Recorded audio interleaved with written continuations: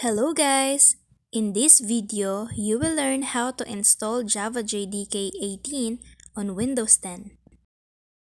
First, go to your browser and then search for JDK download. And then you will see right here Java downloads. So what you're going to do is to click on that. And then right here at Java downloads, just scroll down and then you'll see Java SE development. Tap on Windows. Now click on x64 MSI installer. After downloading, click the installer, then proceed to next. To install, click on change, then click on yes. And then you'll see right here that the Java is processing to install.